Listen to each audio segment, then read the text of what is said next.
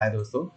वहीं जब हम इसके चार्ट पैटर्न की बात करते हैं तो देखिए दोस्तों, चार्ट पैटर्न इसका बहुत ही अच्छा चल रहा है। पीला जो येलो वाला जो है वो इनका जो बेंचमार्क है वो डिनोट कर रहा है, और जो ब्लू ब्लू लाइन है वो जिस का फंड है। तो देख सकते हैं आप 11% इसके बेंचमार्क ने रिटर्न दिए हैं, वहीं 15% इस फंड ने रिटर्न। आज आप देख सकते हैं 3175 एक अपने आप में एक अच्छा अमाउंट होता है, और ये फंड ज़्यादा पुराना भी नहीं है। इस हिसाब से ये फंड आगे के लिए मैं कहूँगा बहुत ही अच्छा रहेगा फंड साइज के हिसाब से। फंड साइज में आपको मैंने बताया क्या बेनिफिट्स होते हैं आता है, तो इसमें शॉर्ट टर्म कैपिटल गेन भी लगता है वो, जो कि 15% का है। वहीं अगर शॉर्ट टर्म कैपिटल गेन का मतलब अगर आप जो भी यूनिट आपके पास हैं उनको आप 1 साल के अंदर अंदर बेचते हैं तो 15% का चार्ज लगता है। वहीं आप 1 साल के बाद अगर फंड को बेचते हैं तो लॉन्ग टर्म कैपिटल गेन लगता है, जो कि 10% है दोस्तों।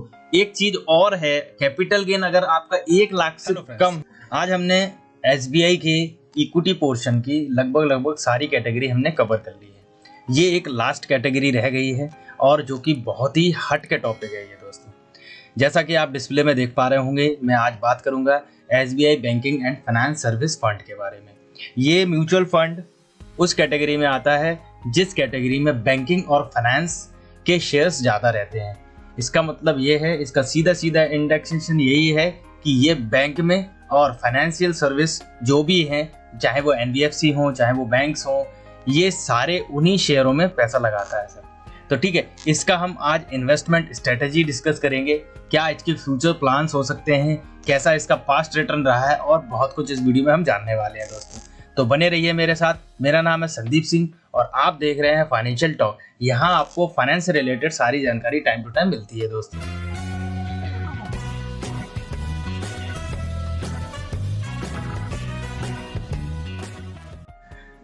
तो चलिए, जैसा कि हमने आपको बताया कि ये फाइनेंशियल सेक्टर है, तो इसका जो मेजर स्टेक है वो फाइनेंशियल सेक्टर में लगेगा, और ये उसका एक इक्विटी पार्ट में है और सेक्टोरियल फंड है। सेक्टोरियल फंड का मतलब ये होता है कि फंड मैनेजर की रिस्पॉन्सिबिलिटी होती है कि वो एक स्पेसिफाइड सेक्टर में ही पैसा लगाए।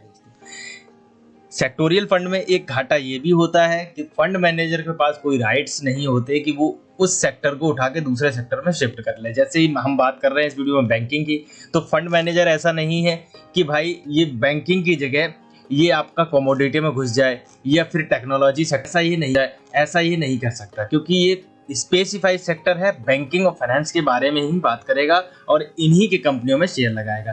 तो दोस्तों, जैसा कि आप देख पा रहे हैं, इसका जो मेजर स्टेक है वो फाइनेंशियल सेक्टर में ही है, और लार्ज कैप, मिड कैप और स्मॉल कैप कंपनियों में इसने पैसा लगाया हुआ है दोस्तों। लार्ज कैप आपको मैं बता दूं, जिनका 5000 से ऊपर का मार्केट कैपिटलाइजेशन है उनको हम लार्ज कैप फंड बोलते हैं, और जो मिड कैप कंपनियां होती हैं उनको हम 2500 से और 5000 से कम, वो उस कैटेगरी में जो कंपनियां आती हैं उनको हम मिड कैप कंपनी बोलते हैं। और जो 0 से 2500 से जिनका फंड ज़्यादा ना हो, उससे कम हो, 2500 करोड़ में बात कर रहा हूँ, उनको हम स्मॉल कैप कैटेगरी में डालते हैं दोस्तों। तो तीनों कैटेगरी में इसका पैसा लगा हुआ है। वहीं इसके बेंचमार्क की बात करते हैं तो Nifty financial service TRI index इसका बेंचमार्क है। इससे ये डिनोट किया जाएगा कि क्या इसके बेंचमार्क ने कैसे रिटर्न दिए हैं और इसने कैसे रिटर्न दिए। दोस्तों, बेंचमार्क एक इंडिकेटर होता है जिसको कि स्टॉक एक्सचेंज अपने अनुसार बनाते हैं, उसको हम एक तरीके से बेंचमार्क मान सकते हैं। वो एक हमारा बेस हो जाता है कि आपका जो फंड है वो कैसा रिटर्न दे रहा है दोस्तों। आगे बात हम करेंगे इसकी लॉन्चिंग डेट की। तो दोस्तों, 26 जनवरी 2015 को ये लॉन्च हुआ है, तो रिसेंटली ज़्यादा पुराना फंड है नहीं है, लेकिन फिर भी इसको तकरीबन 15 साल तो हो ही गए, तो फंड ठीक ही ठाक है दोस्तों। ठीक है, तो टाइम लॉन्चिंग की देखो, लॉन्च में क्या होता है, फंड जितना ज़्यादा पुराना होता है दोस्तों उतना आपको फायदा मिलता है उसके AUM पे। AUM मतलब एसेट अंडर मैनेजमेंट, वो फंड कितना एसेट अपने अंडर में मैनेज कर रहा है। जब एसेट अंडर मैनेजमेंट फंड ज़्यादा होता है तो आपका जो एक्सपेंस रेशियो है वो काफ़ी कम हो जाता है दोस्तों। आगे बात करते हैं हम इसके फंड मैनेजर की। तो इसके जो फंड मैनेजर हैं वो मिलिंद अग्रवाल जी हैं, जो कि इस फंड को अगस्त 19 से चला रहे हैं दोस्तों। ठीक है, इनका जो टोटल एक्सपीरियंस है 8 साल का है फंड का है। एक फंड मैनेजर बहुत अच्छा माना जाता है। एक्सपीरियंस, जितना भी एक्सपीरियंस है जो उसका 10 साल या 15 साल या 20 साल का हो तो एक अच्छा एक्सपीरियंस माना जाता है दोस्तों। तो 8 साल है तो कहने का मतलब सफिशिएंट है। उनको जितना फंड रिक्वायरमेंट है उतना फंड मैनेजर ये अपना सहूलियत से देगा। और अभी भी इसको 4 साल हो गए हैं मैनेज करते हुए, तो इनका पास्ट परफॉर्मेंस इनका क्या है कि दूसरे अभी इन्होंने म्यूचुअल फंड में या दूसरी कोई स्कीम में यही नहीं वो कर रहे हैं, देख रेख नहीं कर रहे हैं। तो कहने का मतलब जो मैनेजिंग कर रहे हैं इनके पास एक ही फंड की रिस्पॉन्सिबिलिटी है, तो ये कहीं ना कहीं एक अच्छी रिस्पॉन्सिबिलिटी निभाएंगे दोस्तों इसमें, क्योंकि इनके जो रिटर्न है, मैं आगे रिटर्न की बात करूंगा, जो परफॉर्मेंस है तो काफ़ी अच्छा दिखा है दोस्तों। वहीं जब हम इसके चार्ट पैटर्न की बात करते हैं तो देखिए दोस्तों, चार्ट पैटर्न इसका बहुत ही अच्छा चल रहा है। पीला जो येलो वाला जो है वो इनका जो बेंचमार्क है वो डिनोट कर रहा है, और जो ब्लू लाइन है वो जिस का फंड है। तो देख सकते हैं आप 11% इसके बेंचमार्क ने रिटर्न दिए हैं, वहीं 15% इस फंड ने रिटर्न दिए हैं। 15% एक रिटर्न बहुत ही अच्छा रिटर्न माना गया है दोस्तों, क्योंकि और कहीं आपको रिटर्न इतना अच्छा मिलता नहीं म्यूचुअल फंड के अलावा, वो भी इक्विटी कैटेगरी में दोस्तों। आगे बात करते हैं, हम पूरा चार्ट पैटर्न की दिखा देते हैं। तो एक साल में 13% के रिटर्न्स दिए हैं इन्होंने, वही बेंचमार्क ने बहुत अच्छा रिटर्न दिया 42। एक साल का हम देखो दोस्तों, बेंचमार्क हमेशा आपने मेरी म्यूचुअल फंड की जो पहले से मैं बनाते हुए आ रहा हूँ, जो भी म्यूचुअल फंड की आपने म्यूचुअल फंड स्कीम देखी होगी, उसमें पहले साल में जो भी रिटर्न आते हैं वो बेंचमार्क के ज़्यादा ही रहते हैं, क्योंकि फंड मैनेजर तो एक अपना फ्यूचर का फोकस लेके चलता है, आपका पैसा कैसे बनाना है उसको, तो उस हिसाब से स्ट्रेटजी करता है। तो एक साल का हम देखने से हमें कोई फायदा है नहीं। 3 साल का अगर हम बात करते हैं तो 12% का फंड ने रिटर्न दिया है। देखिए यहाँ पे एक अच्छे तरीके से बीट कर दिया इसको, इवन 4% से बीट किया है। 9% इसका बेंचमार्क का है। वही 5 साल की अगर हम बात करें तो 14% का रिटर्न दिया है दोस्तों इस फंड ने, और वहीं बेंचमार्क ने 11% का दिया है। जब से ये फंड स्टार्ट हुआ है 15 से, तो इसका जो रिटर्न है ओवरऑल रिटर्न 16% है, और इसके बेंचमार्क का 11% रिटर्न है दोस्तों। तो देखिए आपको कितना अच्छा रिटर्न दे रहा है। 16% एक बहुत ही अच्छा रिटर्न मैं इसको कहूंगा दोस्तों।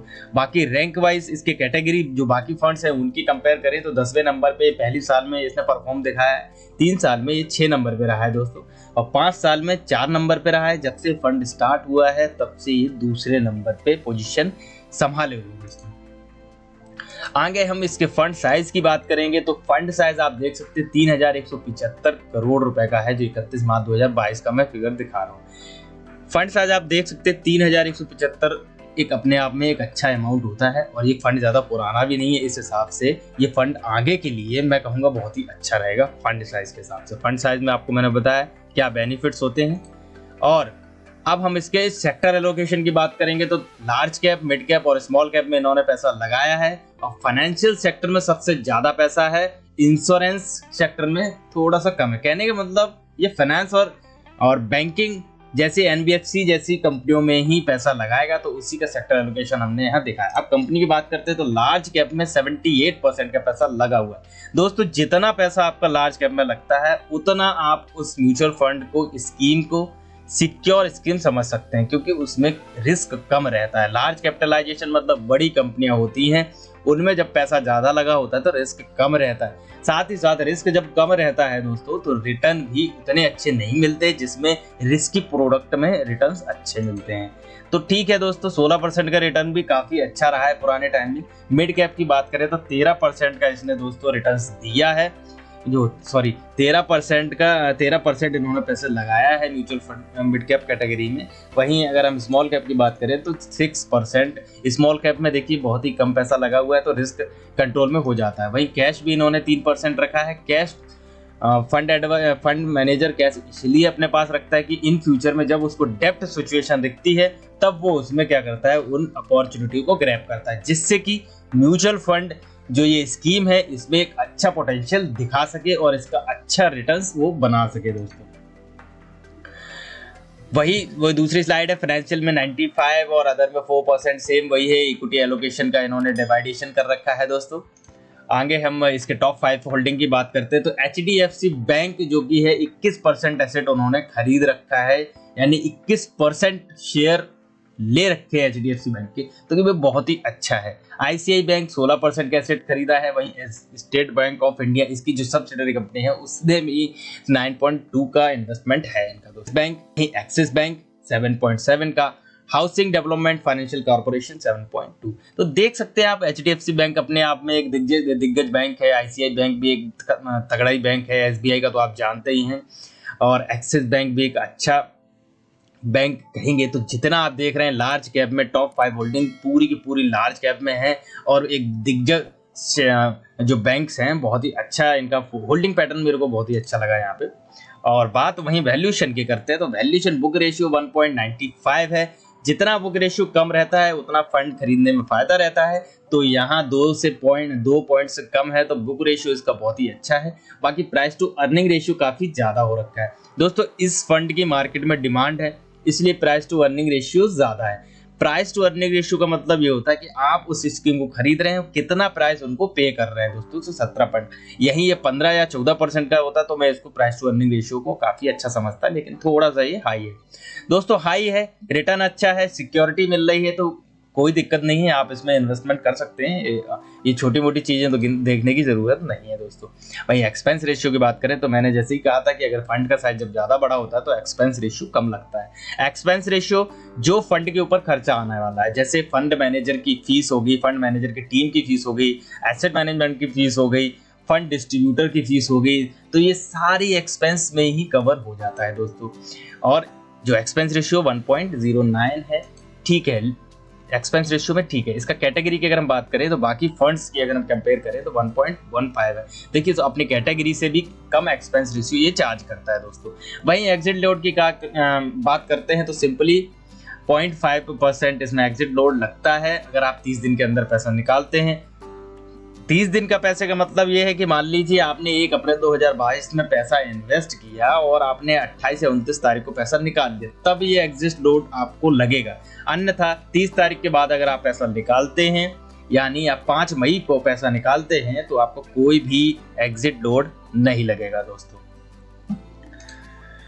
आगे बात करते हैं हम टैक्सेशन की, क्योंकि ये इक्विटी पोर्शन का स्कीम है, इक्विटी सेगमेंट में आता है, तो इसमें शॉर्ट टर्म कैपिटल गेन भी लगता है वो जो कि 15% का है। वहीं अगर शॉर्ट टर्म कैपिटल गेन का मतलब अगर आप जो भी यूनिट आपके पास हैं उनको आप 1 साल के अंदर अंदर बेचते हैं तो 15% का चार्ज लगता है। वहीं आप 1 साल के बाद अगर फंड को बेचते हैं तो लॉन्ग टर्म कैपिटल गेन लगता है जो कि 10% है दोस्तों। एक चीज और है, कैपिटल गेन अगर आपका 1 लाख से कम है दोस्तों तो आपको LTCG देने की जरूरत नहीं है दोस्तों। क्लियर है? टैक्सेशन मैंने कवर किया है यहाँ पे। और फाइनली मैं कंक्लूजन मेरा यही रहेगा दोस्तों कि आपके पोर्टफोलियो में ये फंड होना ही चाहिए, क्योंकि ये एक बैंकिंग सेक्टर का है। जब आप बाकी इक्विटी स्कीम्स ले रहे हैं तो बैंकिंग आपको नहीं छोड़ना चाहिए। तो ये बैंकिंग सेक्टर का है दोस्तों, और SBI asset management company India's number 1 company है, तो इस सेक्टर में पैसा आपको लगाना चाहिए दोस्तों। कुछ पोर्शन लगाएं, जरूर लगाएं दोस्तों। कुछ लोग होते हैं कि ज़्यादा रिटर्न के चक्कर में घूमते हैं, तो दोस्तों अपना पोर्टफोलियो ऐसा डाइवर्सिफिकेशन करें कि आपको रिटर्न के साथ साथ आपको प्रिंसिपल भी बचाना है दोस्तों। तो इस फंड में आप पैसा लगा सकते हैं। बाकी आपका जो फंड एडवाइज़र है भाई, उससे आप एडवाइस लीजिए, और आपके पोर्टफोलियो में क्या हैं, कितने कौन से स्कीम्स हैं, ये मेरे को पता नहीं है, तो दोस्तों अपने फंड एडवाइज़र से सलाह लें। अपना रिस्क एपेटाइट चेक कराएं कि आप कितना रिस्क ले सकते हैं और आपका गोल क्या है। ये सारी चीज़ आप कैलकुलेट करने के बाद ही इस फंड को खरीदें दोस्तों। धन्यवाद। आपको ये वीडियो कैसी लगी प्लीज़ हमें कमेंट सेक्शन में बताएं। अगर वीडियो अच्छी लगी हो तो लाइक करें और ज़्यादा से ज़्यादा शेयर करें, ताकि ऐसी नॉलेजेबल वीडियो आपके दोस्त या आपके फ्रेंड सर्कल में पहुँचती रहे। धन्यवाद।